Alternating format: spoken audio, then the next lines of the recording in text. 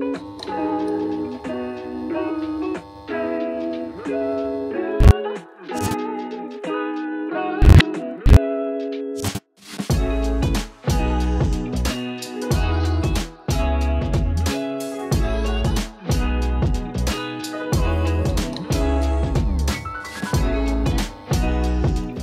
je suis ravi d'accueillir Mathilde Krieger, qui est la directrice générale de Novaxia Investissement. Bonjour Raphaël, et merci pour ton invitation.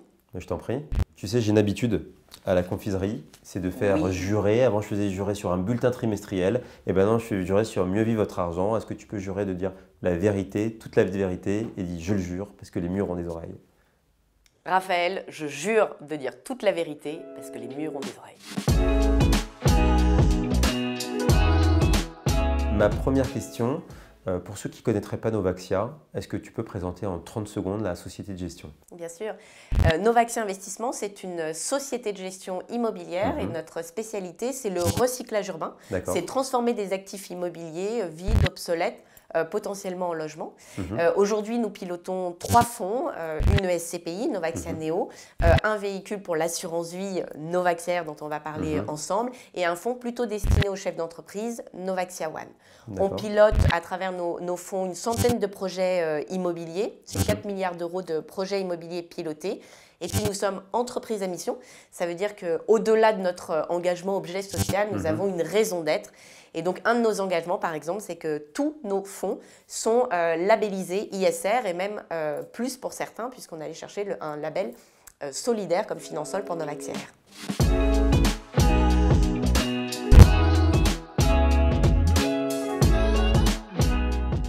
Alors maintenant, c'est ma question. Quesaco pour Novaxia R, c'est quoi? Alors, c'est sa stratégie, pardon. Ah pardon. Novaxia R, c'est une UC immobilière, donc éligible dans les contrats d'assurance vie et les plans, unité de compte, pardon, éligible donc dans les contrats d'assurance vie et dans les plans épargne retraite. Et Novaxia R porte son nom, le petit moyen mémotechnique, c'est R d'immobilier résidentiel et responsable, issu du recyclage urbain, et c'est un fonds également solidaire. Parfait. Alors, est-ce que tu peux me donner quelques chiffres? Oui, alors quelques chiffres. Donc c'est un fonds qui a été monté donc, sur de la transformation, peut-être plus concrètement de bureaux en logement, qui a été monté il y a 1 an tout pile, c'est même son anniversaire, si je veux pas, je vais peut-être arrêter avec les R. Donc 1 an, aujourd'hui, c'est un peu plus, quasiment 300 millions d'euros de capitalisation, qui est éligible maintenant dans un grand nombre de contrats d'assurance vie, et c'est un peu plus d'une quinzaine de projets immobiliers qui sont déjà affectés et engagés dans le fonds.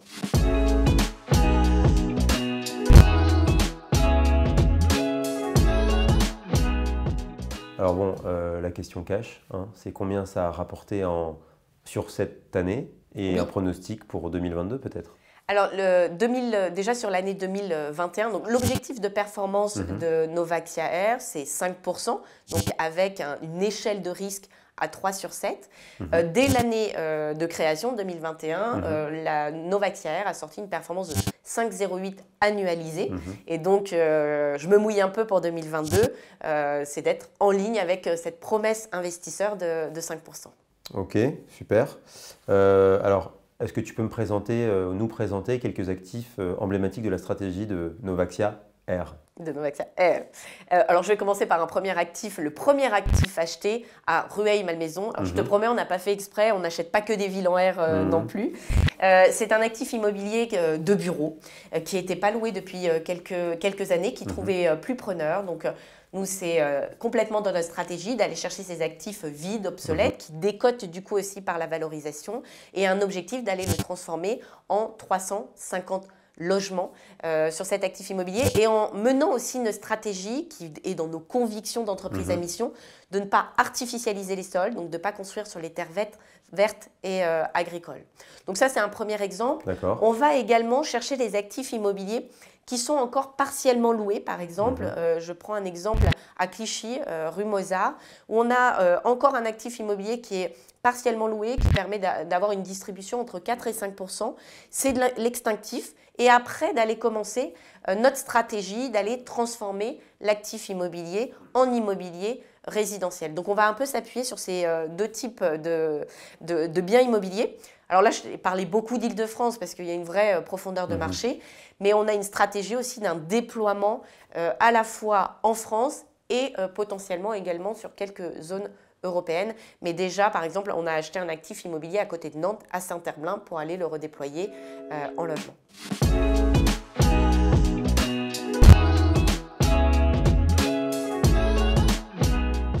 Ma première question vérité, c'est est-ce que ce n'est pas un joli coup marketing de Novaxia, l'idée de la transformation, plutôt qu'une vraie tendance de fond? Voilà. Est-ce que le télétravail, c'est pas une super recette commerciale? Alors, c'est pas un coup marketing puisque nous, la transformation, on la pratique depuis maintenant plus de 15 ans. C'est le métier initial.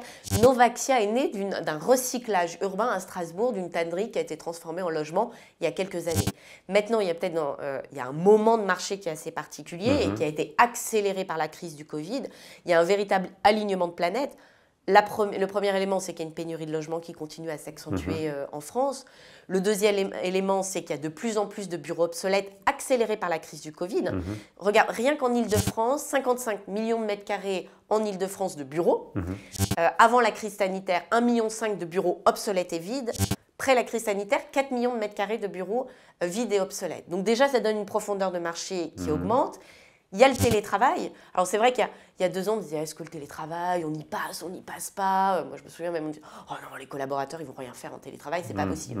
Sauf qu'une fois que tu es un chef d'entreprise, que tu as mis 100% de tes collaborateurs en télétravail en partant avec la tour pendant la crise du Covid et que tu t'es rendu compte que ça continuait à marcher, tu ne peux pas revenir sur tes accords de télétravail et dire attendez, la crise est terminée, maintenant c'est 100%. Donc oui, les accords de télétravail sont généralisés, généralement 2 jours par semaine, parce qu'il y a quand même besoin de se voir.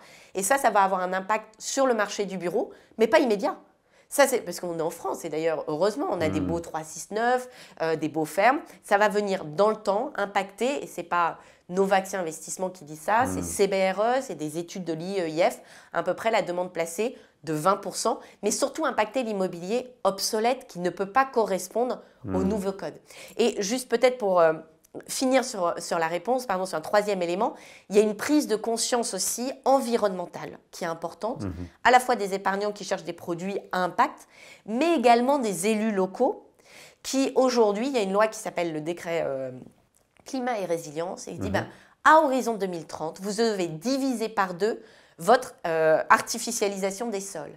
Ça veut dire, et 2050, plus artificialisé. Ça veut dire que le recyclage, ça veut dire qu'on ne peut plus construire sur des terres vertes, des terres agricoles. Ça veut dire qu'il y a quand même besoin de construire. Qu'est-ce qu'il faut faire? Il faut recycler l'existant. Ça veut dire que le recyclage urbain qui avant était une option pour les élus locaux, pour obtenir ton permis de construire, aujourd'hui ça va devenir une norme. Alors un peu poussé par la réglementation. Super, tant mieux pour Novaxia. Tant mieux pour la belle tendance de marché qui s'offre. Alors, j'ai une autre question vérité, c'est pourquoi Novaxia Air investit dans Néo? C'est une très bonne question. La Novaxia Air se repose sur 2 piliers de performance. Le premier pilier de performance, ce sont des loyers et du rendement. Et dans un fonds comme un fonds assurantiel avec une échelle de risque très faible, l'idée c'est de lisser la valeur liquidative dans le temps. Donc on s'appuie sur du rendement et le deuxième pilier de performance qui va prendre de plus en plus de place dans le futur, c'est la plus-value sur les projets de développement de recyclage urbain. Donc pour aller chercher du rendement, on a 2 stratégies. Un, d'acheter des actifs immobiliers encore partiellement loués, donc c'est une partie de la stratégie. Et l'autre partie de la stratégie, c'est d'acheter des actifs immobiliers sur du recyclage plus long terme. Donc là, on a cherché potentiellement une SCPI qui permet de faire du recyclage urbain à long terme, qui soit labellisé ISR. Et aujourd'hui, il y a Novaxia Néo, donc il y a un fonds maison qui rentre dans cette catégorie. Et il y a le bénéfice, un double bénéfice de Novaxia Néo. Un, elle est montée sans commission de souscription, donc je n'ai pas de frottement de frais. Et le deuxième, la société de gestion a pris l'engagement de ne pas empiler les frais entre Novaxia Néo et Novaxia Air. Donc c'est complètement indolore pour les investisseurs et c'est tout bénéf pour les investisseurs parce que ça permet de bien lisser la valeur liquidative aussi dans le temps. Ok, merci. Et c'est que 35% de la location, et plus on va avancer, plus ça va diminuer aussi.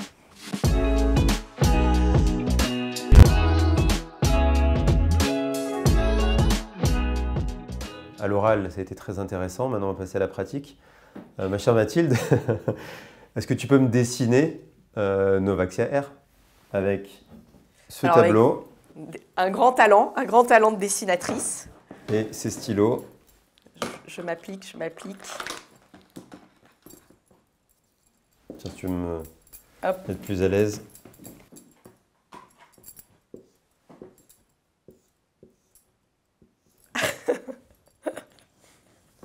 Je sens que ça va être génial. Qu'est-ce que c'est? J'ai envie de te dire. Alors, tu m'as demandé, c'est le Petit Prince, hein, donc dessine-moi un mouton. Voici un petit mouton novaxiaire, un petit mouton à 5 pattes. Le R de résidentiel, de responsable, de recyclage urbain et peut-être on pourrait mettre solidaire. Et puis bien sûr, c'est le novaxiaire. Alors, et donc, si tu devais résumer en une seule phrase Novaxia R. Alors, en une seule phrase, c'est une unité de compte d'immobilier résidentiel et responsable issu du recyclage urbain, transformation de bureaux du tertiaire en logement.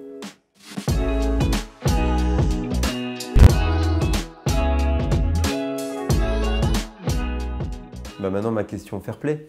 Si tu devais investir dans une autre SCI du marché, ce serait laquelle et pourquoi? Alors, déjà, je trouve qu'il y a quelque chose qui est absolument génial aujourd'hui qui est en train de se passer dans les contrats d'assurance vie. C'est qu'avant, on n'avait pas trop de choix sur les SC. Il y avait des gros fonds de la place et qui étaient multigestion. Et on est en train de vivre sur les sociétés civiles ce qu'on a vécu sur les SCPI il y a quelques années, de pouvoir faire de la diversification et de l'allocation. Je vais répondre à ta question, hein, t'inquiète pas. Ah, je ne suis pas du tout inquiet, tu réponds parfaitement. Et du coup, aujourd'hui, moi, dans une allocation parfaite, je me dis, j'irai chercher un fonds de portefeuille. Alors, pareil, je vais citer des anciennes maisons, parce que je crois toujours à mes anciennes maisons. Peut-être un fonds comme Multimo ou autre, fonds de portefeuille. Mais je prendrai celui labellisé, bien sûr, ISR. Et après, d'aller chercher des thématiques. Donc, je vais aussi citer mes copines avec qui j'ai fait pas mal de roadshows. Peut-être des fonds viagers et des fonds un peu vraiment dans la thématique pour aller diversifier et inclure de l'immobilier résidentiel dans les allocations d'assurance vie, ce qui ne se faisait quasiment pas par le passé. Bah alors, est-ce que tu peux citer des noms? Parce que les clients, je veux pas créer de problème. Je veux dire Silver Avenir et Via Génération, par exemple, sur le viager. Peut-être des fonds après multigestion comme Théorème avec Pythagore. Super. Je la trouve plus cette question, mais elle est quand même importante. Novaxia R, on la trouve dans quel contrat? Comment la souscrire? Alors, Novaxia R, on la trouve maintenant chez de nombreux assureurs. C'est un peu plus de 9 référencements. Donc, on la trouve chez Spirica, chez Generali, chez Suravenir, AG2R La Mondiale, CNP Patrimoine. Je vais en oublier, je vais faire chez même dans les réseaux tels que Prépare Vie, bien sûr, Apicil, disponible. Et puis, on aura le plaisir d'annoncer de nouveaux référencements également prochainement, mais c'est un des fonds les plus référencés de la place, donc vous pouvez la trouver partout, pas d'excuses. Donc tout va bien pour Novaxia R? Tout va bien pour Novaxia R, belle année. Bon Mathilde, tu réponds très très bien aux questions, alors j'ai envie de te dire… Je suis venue pour ça, hein. C'est quoi tes bonbons préférés? Mes bonbons préférés sont les petits oursons au chocolat avec la guimauve à l'intérieur. Alors, hop, en fait, on a fait une précédente interview sur Néo, donc tu as un deuxième paquet. 2 paquets. Donc voilà, pas un mais 2. Ah c'est génial. Merci beaucoup Raphaël. Et bien sûr, je vais partager tout le paquet. À consommer avec modération. Avec modération, oui. Bon, merci Mathilde. Merci Raphaël et à bientôt. C'était un plaisir.